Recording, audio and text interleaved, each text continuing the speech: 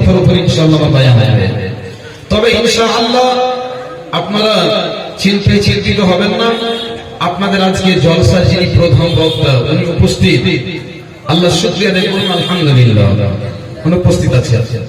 আমি 1 ঘন্টা আলোচনা করব, তারপরে এই যে ইয়াতিম আপনাদের সামনে দাঁড়িয়ে আছে দেখতে পাচ্ছেন মাদ্রাসা, তার দিকে 10টা মিনিটে করে লক্ষ্য করব। আল্লাহ সুবহানাহু ওয়া তাআলা এই যে আমাদেরকে পৃথিবীতে সৃষ্টি করলেন, পাঠালেন কেন, কি প্রয়োজন ছিল আমাদেরকে পাঠানোর? প্রত্যেকটা মানুষের প্রত্যেকটা কাজের পিছনে একটা উদ্দেশ্য রয়েছে। এই যে এখন এখানে মাইক্রোফোনটা লাগানো হয়েছে, এর কাজ কি? আমার আওয়াজটা ক্যাচ করে অন্যের কাছে পৌঁছে দেওয়া। এই যে ক্যামেরাগুলো হচ্ছে, ইউটিউব, ফেসবুক, এখন হয়তো কতগুলো চ্যানেলে লাইভ চলছে, কেন লাগিয়েছে? দ্বীনকে প্রচার করার জন্য, প্রসার করার জন্য। তো ভাই আমার, আল্লাহ আমাদেরকে কেন সৃষ্টি করেছেন? সমস্ত কিছু পৃথিবীতে যাহা কিছু আছে আল্লাহ আমাদের জন্যই তৈরি করেছেন, সৃষ্টি করেছেন, এবং আল্লাহ আমাদের অধীনস্থ করে দিয়েছেন। কি দেননি বলুন তো? একটা গরুকে দেখেন, একটা উদাহরণ। গরুকে আমরা সম্পূর্ণ আমাদের হাতে করে নিয়েছি, তাকে দিয়ে আমরা হাল চাষ করিনি। যখন বয়স্ক হয়ে গেল, তখন যখন রিটায়ার হতে যাচ্ছে, সেই বলকে বা সেই গাভীকে আমরা আবার জবাই করে মাংসটা খাচ্ছি। খাই কি খাই না? ঘোড়া আমরা দেখি, তার উপরে আমরা চড়ে সওয়ার হয়ে আমরা সফর করি, কি করি না? গাধা, এই করতে করতে জাহাজ থেকে, প্লেন থেকে, ট্রেন থেকে, বাস থেকে, মাছ থেকে, মাংস থেকে, ফল ফ্রুট ইত্যাদি যত কিছু রয়েছে সব কিছুকে আমরা নিজের হ্যান্ডে করে নিয়ে নিজের স্বাদ, নিজের ভক্ষণ করছি সমস্ত জিনিসগুলোকে খেয়ে। তবে আমাদের যেটা কর্তব্য, আমাদের যেটা কাজ, সে কাজটার দিকে আমরা লক্ষ্য করলাম না। বন্ধুগণ, পৃথিবীতে যত স্বাদের বস্তু আছে, যত দামি দামি জিনিস আছে, যত ফল ফ্রুটস রয়েছে, মাংস মাছ রয়েছে, সবগুলো কে খায়? এ মানব জাতি খায়। খাই কি খাই না? হাওয়াকে আমরা কাবু করে নিলাম। এই যে বাতাসকে আমরা টিউবের ভিতরে ভরে সাইকেলে, মোটর সাইকেলে, লরিতে, বাসে, ওই টিউবের ভিতরে হাওয়াকে ভরে দিয়ে টায়ারের ভিতরে রেখে তার উপর আমরা হাজার হাজার মানুষ সওয়ার হয়ে যাই কি যাই না?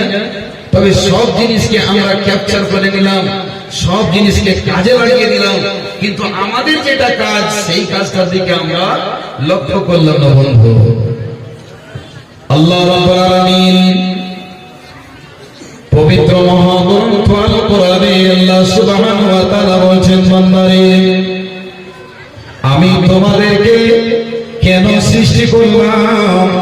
তোমরা কি ওই বিষয়টাকে একবার চিন্তা করেছো? আমি আল্লাহ তোমাদেরকে এই জন্য সৃষ্টি করলাম রে বান্দা। আল্লাহ সূরা যারিয়াতের ভিতরে বলেছেন, ওয়া মা খালাকতুল জিন্না ওয়াল ইনসা ইল্লা লিয়াবুদুন।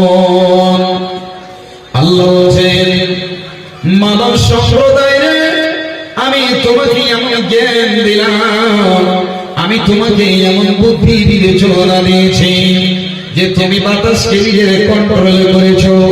এই বাতাস দিয়ে তুমি কত যে কাজ নিয়েছো। আমি আল্লাহ তোমাকে এত সম্মানিত করেছি, তুমি আগুনকে নিজের হাতে ক্যাপচার করে নিয়েছো। তুমি গ্যাস সিলিন্ডার জ্বালাও, স্টোভ জ্বালাও, গ্যাসকে আমি আল্লাহ তোমার হাতে করে দিয়েছি, বিনষ্ট করে দিয়েছি। পৃথিবীতে যত দামি দামি বস্তু রয়েছে বান্দা, সব কিছুকে আমি আল্লাহ তোমার অধীনস্থ করে দিয়েছি, পরাধীন করেছি বান্দা। কিন্তু তোমার যেটা কাজ, সেটা তুমি জীবনে একবার ভাবলে না যে আমাকে আল্লাহ তৈরি করেছেন কেন? আল্লাহ রাব্বুল আলামিন বলেন, আমি জিন জাতি মানুষ জাতিকে এই জন্য সৃষ্টি করেছি রে বান্দা, তারা যেন আমার গোলামি করে, তারা যেন আমার পুজো পাঠ করে, তারা যেন আমার দাসত্ব করে। এই জন্য আমি আল্লাহ জিন এবং ইনসান জাতিকে সৃষ্টি করলাম। সবকে আমি কাজ করিয়ে নিলাম, কিন্তু নিজের কাজটা আমি করি না। কথা ঠিক কিনা বলুন? সবাইকে আমি দায়িত্বে লাগিয়ে দিয়েছি, সবাইকে আমি কাজে লাগিয়ে দিয়েছি। বন্ধুগণ, এবার আমার মূল বক্তব্যের দিকে এগিয়ে যাই। আল্লাহ রাব্বুল আলামিন বলছেন, বান্দারে আমি যে তোমাকে ইবাদতের জন্য, গোলামীর জন্য সৃষ্টি করলাম, তবে শোনো, পৃথিবীতে যতগুলো মানুষ আছে সবাই কি আল্লাহর গোলামি করে? বন্ধুগণ বলুন, করে না। শতকরা 30% লোক হয়তো নামাজ আদায় করে না। 100 জনের ভিতরে 70 জন বেনামাজি, 30% লোক, 30% লোক নামাজ পড়ে। আজ বিশাল বিশাল মসজিদ হয়ে গেল বন্ধুগণ, জুমার দিনে জায়গা দেওয়া যায় না, কিন্তু ফজরের টাইমে দেখবেন একজন ইমাম 2 জন মুক্তাদি নিয়ে ইমাম ফজরের সালাত আদায় করে। বন্ধুগণ, তবে আপনাদেরকে বলতে চাই, সব বস্তুকে আপনি নিজের ক্যাপ্টারে নিয়ে নিলেন, আল্লাহ আপনাকে এত সম্মানিত করলেন বান্দারে। কিন্তু শুনে নাও বান্দা, তোমাকে আমি যে কি জন্য পয়দা করলাম, কি জন্য তোমাকে আমি সৃষ্টি করেছি রে বান্দা, তুমি নিজের দায়িত্বটা একবার ভাবলে না। আমার কাছে এসে তুমি সস্তাটাও দিলে না, তোমাকে আমি খেতে দিলাম, তোমাকে পান করার দিলাম, আমি জমিন থেকে তোমার জন্য বিছানা করে দিলাম, আকাশকে আমি আল্লাহ তোমার জন্য ছাদ সৃষ্টি রূপে আল্লাহ বানালাম, এবং আকাশ থেকে বৃষ্টি দিয়ে তুমি তোমার জমিনে আমি কি করলাম, বৃষ্টি দিয়ে মৃত্যু জমিনটাকে জীবিত করে দিয়ে মুর্দা জমিকে আমি আল্লাহ পুনরায় সুন্দরভাবে শাক সবজি খাওয়া যত কিছু তোমার জন্য দরকার রে বান্দা, আমি আল্লাহ সব কিছু দিয়ে দিলাম। যা প্রয়োজন আল্লাহ সব দিলেন মানুষকে, কিন্তু আমার যেটা দায়িত্ব সেই দায়িত্বটা আমি বহন করতে পারলাম না।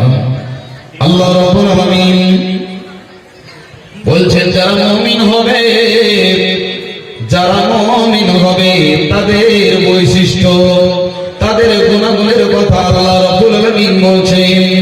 তারা আমারই গোলামি করবে, তারা আমারই দাসত্ব করবে, তারা আমার সামনে এসে শির নত করবে। আল্লাহ রাব্বুল আলামিন বলছেন, বিসমিল্লাহির রহমানির রহিম, ইন্নামাল মুমিনুনা আল্লাযীনা ইযা যুকিরাল্লাহু ওয়াজিলাত কুলুবুহুম ওয়া ইযা তুলিয়াত আলাইহিম আয়াতুহু যাদাতুহুম ঈমানা। বলবেন সাহেব, এই আয়াতগুলো যে কতদিন জীবনে শুনেছি, আপনি পুরাতন বক্তব্য আমাদেরকে শোনাতে এসেছেন। বন্ধুগণ, আমার আল্লাহ বলেছেন বিশ্ব নবীকে, হে আমার প্রিয় নবী, ওয়াযাক্কির ফাইন্না যিকরা তানফাউল মুমিনিন। আল্লাহ বলেছেন, নবী হে, তুমি মুমিনদের সামনে জিকির করো, নসিহত করো, মানুষের কাছে ভালো ভালো কথাগুলোকে প্রস্তাব রাখো।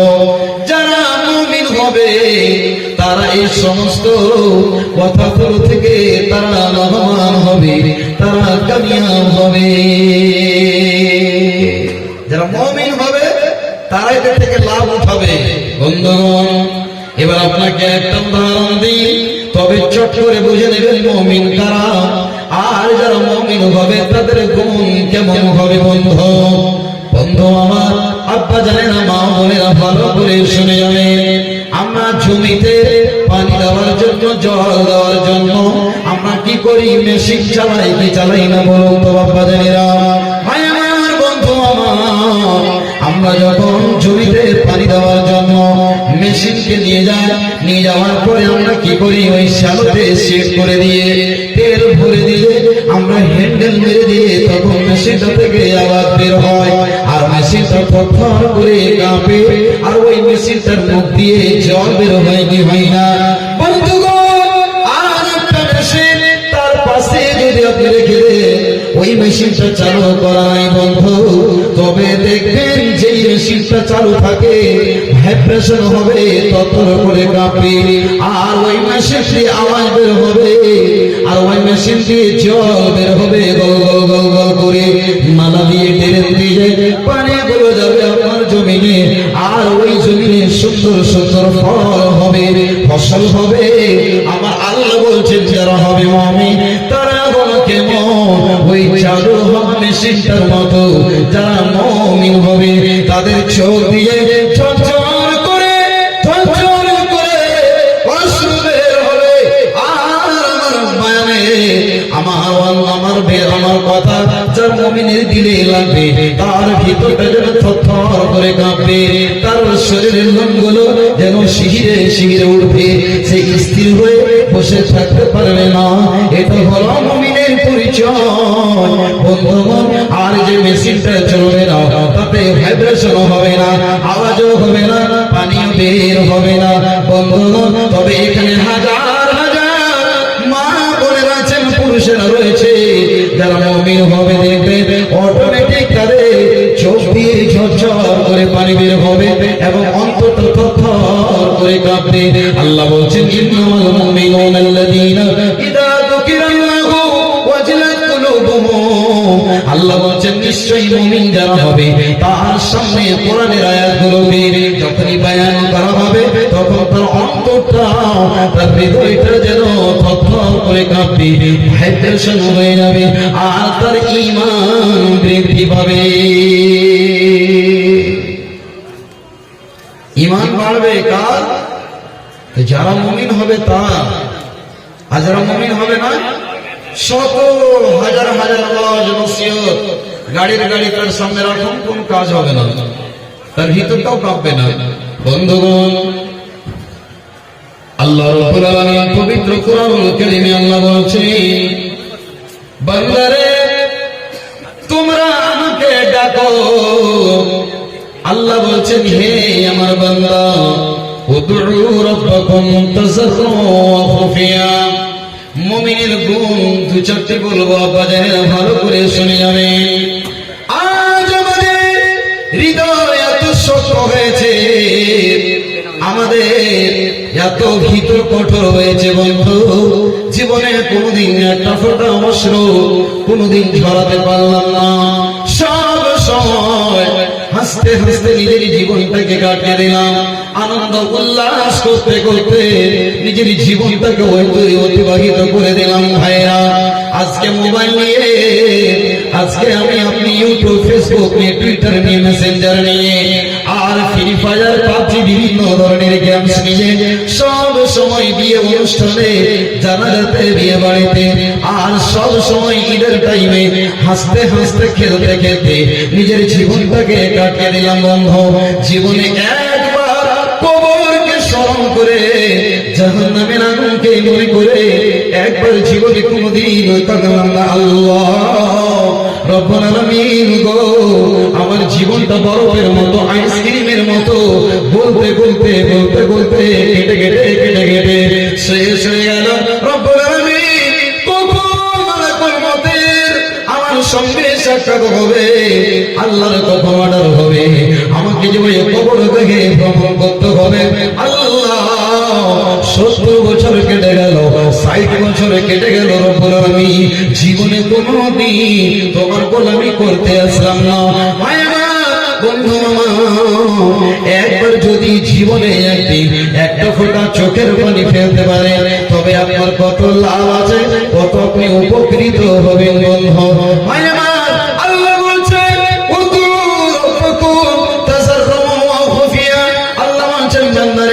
তোমরা আমাকে ডাকো দুটি পদ্ধতিতে আল্লাহ দুটি পদ্ধতি আমাদেরকে শিখিয়ে দিচ্ছে তিনি যে কত রহমান তিনি যে কত ক্ষমাশীল আল্লাহ বলছেন বান্দা আমাকে তুমি ডাকবে তো ডাকার দুটি মাধ্যম পথ আমি বলে দিলাম আল্লাহ বান্দাকে কত ভালোবাসেন আল্লাহ আমাকে আপনাকে সারা বিশ্বের মানুষকে দুটি পদ্ধতি শিখিয়ে দিচ্ছেন আল্লাহকে ডাকা নিজের পাপ রাশিকে ক্ষমা করে নেওয়ার জন্য আল্লাহ দুটি পথ বলছেন বিসমিল্লাহির রহমানির রহিম উদউ রাব্বাকুম তাযাররুআ তোমাদের প্রভুকে ডাকবে, কেমন করে ডাকবে? তাজাররু মানে হচ্ছে গিড়গিড়া, তাজাররু মানে হচ্ছে একেবারে ছোট হয়ে যাওয়া, তাজাররু মানে হচ্ছে আজিজিল কেসারের সঙ্গে আপনি এমন ভাবে ডাকবে যে মনে হচ্ছে আপনার চেয়ে আর কেউ ছোট নয়। ভিজা বিড়ালের মতো লাড়ু সাড়ুরে ছোট হয়ে আল্লাহ রাব্বুল আলামিনকে ডাকবে। আর ডাকার সঙ্গে সঙ্গে আপনার তাজাররু মানে হচ্ছে আজিজিল কেসারে কে ডাকবে। আপনাকে একটা পথ বের করতে হবে আল্লাহকে ডাকার জন্য। আল্লাহ আমাদেরকে ওই পথটা পদ্ধতিটা শিখিয়ে দিয়েছেন বান্দারে। আমাকে তোমরা ডাকবে দুটি পদ্ধতিতে, একটা হচ্ছে লুকায়িত ভাবে নির্জনে, যখন কেউ চেতন থাকবে না, সবাই ঘরের ঘরে থাকবে, মা নিজের ঘরে শুয়ে আছে, ভাই ভাবি নিজের ঘরে শুয়ে আছে, আপনার স্ত্রী বিছানায় শুয়ে আছে, আপনার পাশে একটা কলিজার টুকরো আব্দুর রহমান বলে ছেলেটাকে আপনি আপনার গলাতে হাত দিয়ে পেঁয়াজ দিয়ে ঠান্ডার মৌসুমে শুয়ে আছে গলায় দিয়ে। বন্ধু করে আমার আপনার ছেলেটাকে হঠাৎ করে আস্তে আস্তে আস্তে আস্তে আপনি ঘাড় থেকে গলা থেকে হাতটাকে দূরে সরিয়ে দিয়ে বিছানায় থেকে নামবে। নামার পর উযুখানাতে গিয়ে আপনি উযু করবে, উযু করার পরে আপনি কি করবে? মাসাল্লাতে গিয়ে মসজিদে আর মা বোনেরা ঘরের এক পাশে কোনায় গিয়ে কি করবে? হাত দুটোকে তুলে দিয়ে আল্লাহকে বলবে। সবাই আমার সঙ্গে একবার বলুন তো, রব্বানা, সকলে বলুন রব্বানা, রব্বানা যালামনা আনফুসানা ওয়া ইল্লাম তাগফির লানা ওয়া তারহামনা লানাকুনান্না মিনাল খাসিরিন। যখনই কোন আল্লাহর গোলাম, যখনই কোন আল্লাহর বান্দা গভীর রাতে মাসাল্লায় বসে, মসজিদে বা বাড়ির ঘরে কোনায় বসে হাত দুটো তুলে দিয়ে আল্লাহকে বলে, মালিক আল্লাহ, জীবনে অনেক পাপ করেছি, রব্বুল আলামিন সমস্ত পাপকে তুমি মাফ করে দাও। যেই আমি পাপটা করেছি আল্লাহ, আমার মা জানে না, বাপ জানে না, দেশবাসী জানে না, কেউ জানে না, আল্লাহ গোপন জায়গাতে গিয়ে পাপটা করেছি, রব্বুল আলামিন গো, তুমি যদি আমার গুনাহকে মাফ না করে দাও তবে আমি কার কাছে গিয়ে আর ক্ষমা চাইব? আল্লাহ